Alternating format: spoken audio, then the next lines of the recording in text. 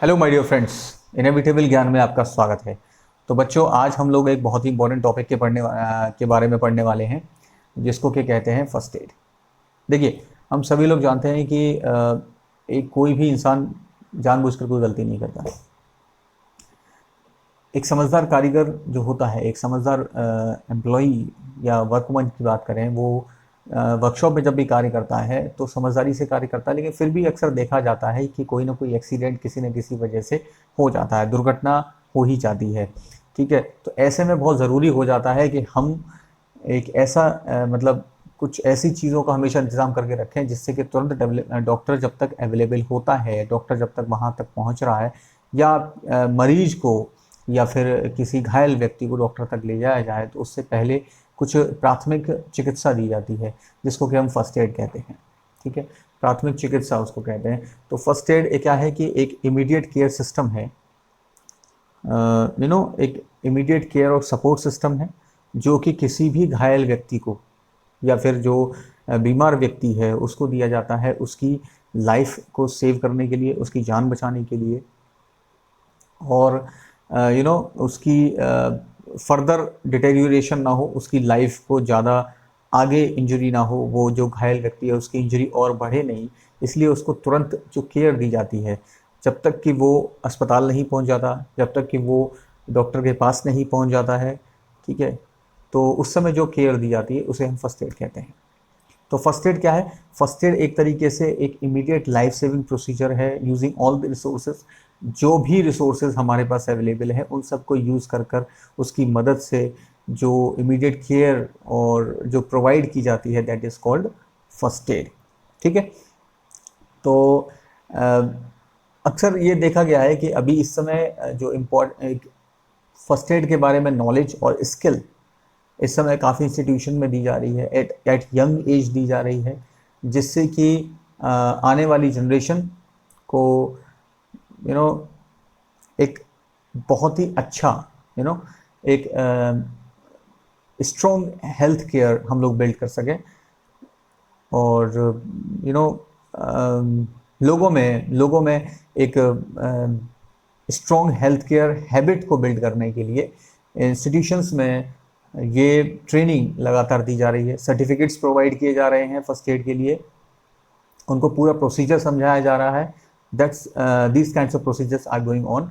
ये इस समय आजकल जो इंस्टीट्यूशंस में, स्कूल्स में, कॉलेजेस में, हर जगह ये एक बहुत ही कॉमन एजुकेशन सिस्टम बन गया है, एक तरीके से बहुत ही ज़्यादा इंपॉर्टेंट नॉलेज वगैरह प्रोवाइड करने के लिए। ठीक है, तो ये फर्स्ट एड एक्चुअल में एक बहुत ही सिंपल टेक्निक्स हैं, बेसिक टेक्निक्स हैं, जो कि प्रॉपर ट्रेनिंग और इंस्ट्रक्शंस की सहायता से कोई भी सीख सकता है।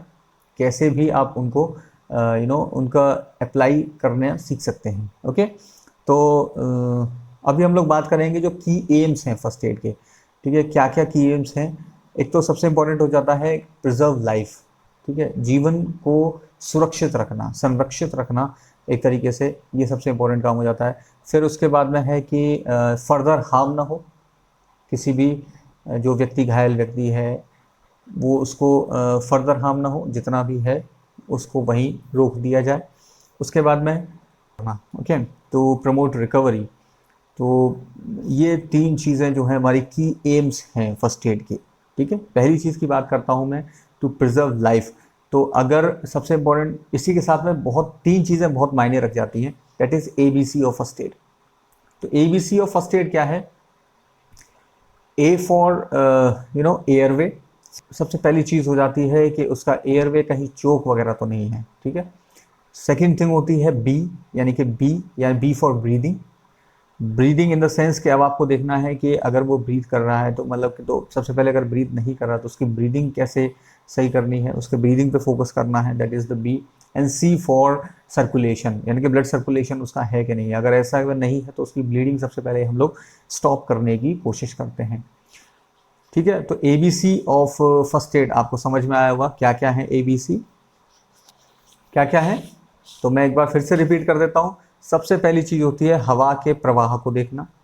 ठीक है, एयरवे को चेक करना, चोकिंग वगैरह तो नहीं है कोई भी, वो सब चेक करना। सेकंड थिंग हो जाती है ब्रीदिंग, ब्रीदिंग सपोर्ट देना, ब्रीदिंग सपोर्ट देने के प्रोसीजर्स हैं, ब्रीदिंग सपोर्ट प्रोवाइड कर सकते हैं अगर उसका नहीं है। Then third thing is blood circulation, blood circulation check करना है कि कैसे, अगर ब्लड सर्कुलेशन अगर आपको लगता है कि ट्रॉमा की केसेस में मतलब अगर एक्सेस ब्लीडिंग हो जाती है तो ट्रॉमा का केस बनता है, ट्रॉमा में जा सकता है पेशेंट, तो उसके लिए आप CPR फिर देते हैं, ठीक है, कार्डियो पल्मोनरी रिससिटेशन, तो ये उस समय प्रोवाइड किया जाता है। लेकिन CPR का भी ध्यान रखिए, CPR जो है वो प्रॉपरली ट्रेंड इंडिविजुअल के द्वारा ही देना चाहिए। अगर अगर वो कोई प्रॉपरली ट्रेंड पर्सन नहीं है, प्रॉपरली ट्रेंड नहीं है, और अगर फर्स्ट एडर को ढंग से नॉलेज नहीं है उस चीज़ की, तो it can be highly dangerous. First adder को भी डेंजरस हो सकता है और उसके साथ में जिसको वो CPR दिया जा रहा है उसके लिए भी हाईली डेंजरस है। So you should keep this in mind. Okay, तो ये कुछ फर्स्ट एड की एक छोटी मोटी मतलब एक ओवरव्यू मैं आपको दिया है। नाउ माय डियर फ्रेंड्स, अब हम कुछ बात करते हैं बेसिक नॉर्म्स की बारे में, जो सम रूल्स जो कि स्टूडेंट्स को फॉलो करने चाहिए। क्या क्या रूल्स हैं जो कि स्टूडेंट को फर्स्ट एड प्रोवाइड करने के लिए या फर्स्ट एडर को फॉलो करने चाहिए। सबसे पहली चीज़ होती है नॉट टू गेट पैनिक, ठीक है। सिचुएशन को देखकर या जब हम लोग जानते हैं कि पैनिक क्या है कि सोच को धुंधला कर देता है, पैनिक से क्या होता है, जब भी घबराहट होती है तो घबराहट से क्या होता है कि आपकी सोच वो बिल्कुल बंद हो जाती है, आपकी सोचने की क्षमता को कम कर देता है घबराना। तो इसलिए जब भी कभी ऐसी सिचुएशन आती है, कभी भी ऐसी कोई सिचुएशन आपके सामने अराइज होती है, तो हमेशा अपने आप को कूल एंड काम रखें। काम और कलेक्टिव अप्रोच आपको अपनानी है। क्या है?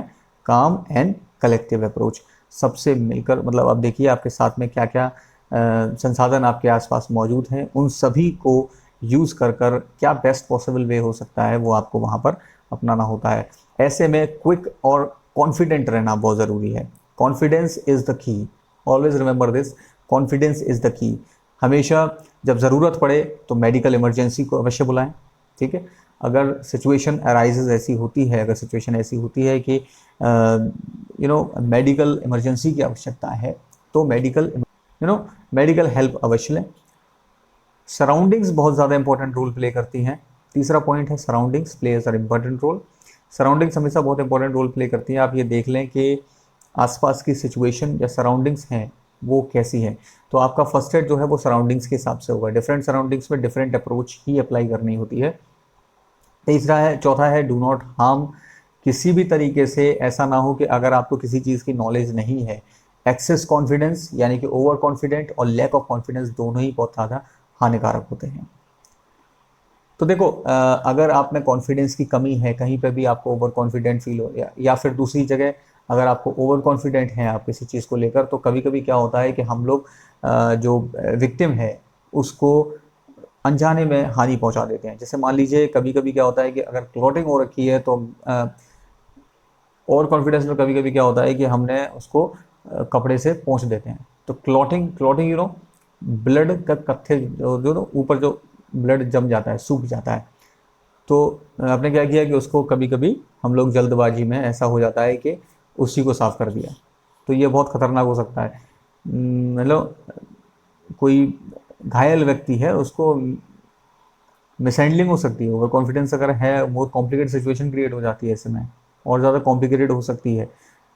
तो जब ज़रूरी हो तभी, दूसरी चीज़ क्या है कि जब ज़रूरी हो तभी पेशेंट को वहाँ से मूव करें। अगर सराउंडिंग्स आपने देख ली हैं और अगर पेशेंट जो है उसको वो मूव नहीं कर पा रहा है, कभी कभी उसके कहीं कोई चोट है, बैकबोन में है या फिर पैर में, हाथ में, तो अगर सिचुएशन ऐसी नहीं है जो कि ऐसी डिमांड नहीं करती है कि आपको उसको वहाँ से मूव करना है, तो उसको वहीं रहने दें, ठीक है।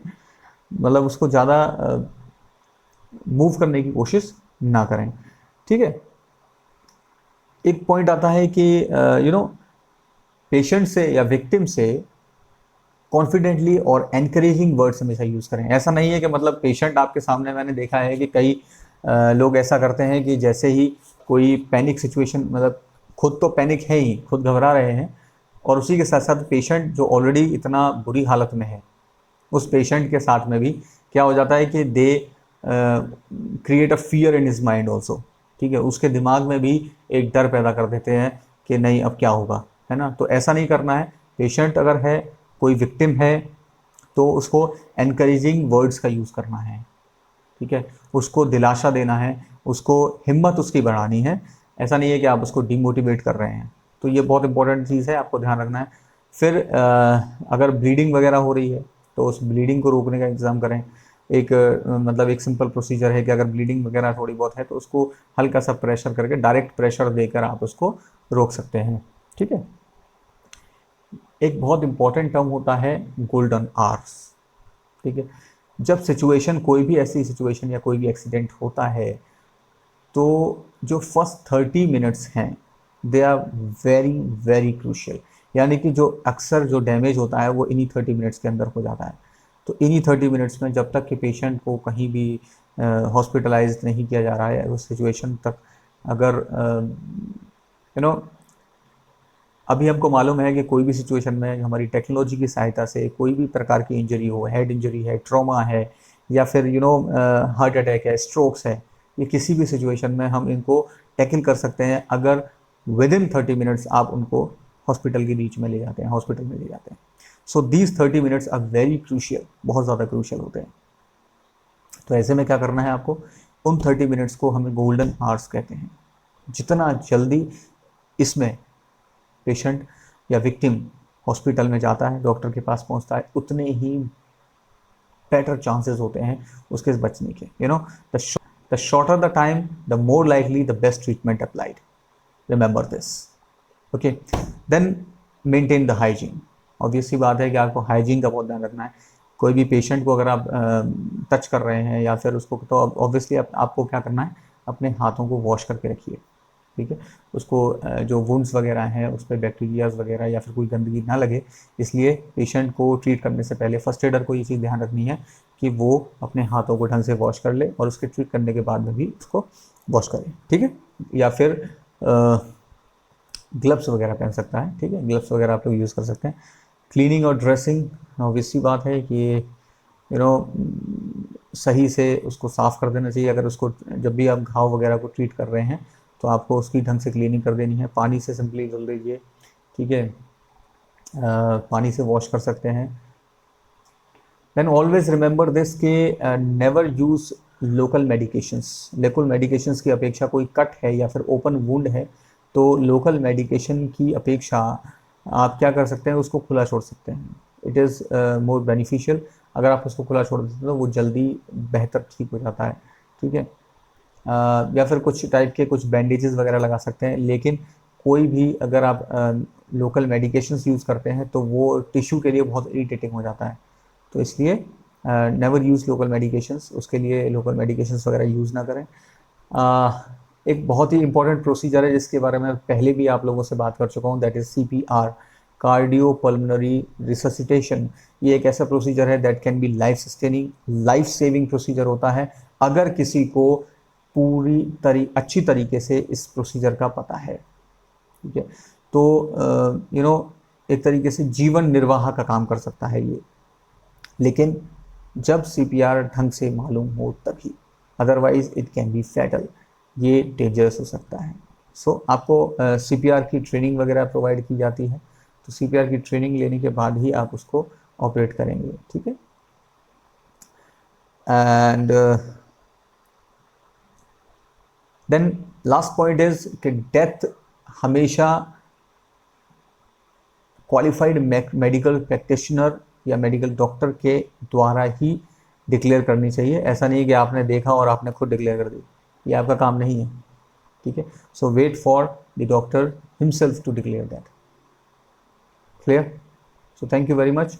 ये हमारे फर्स्ट एड के बारे में हम लोगों ने देख लिया, फर्स्ट एड क्या होता है, देन की एम्स क्या है, then what are the basic rules, some rules जो कि हम लोग फॉलो कर सकते हैं, देन हमने देखा ABC of first aid, okay. So thank you very much, take care, bye bye.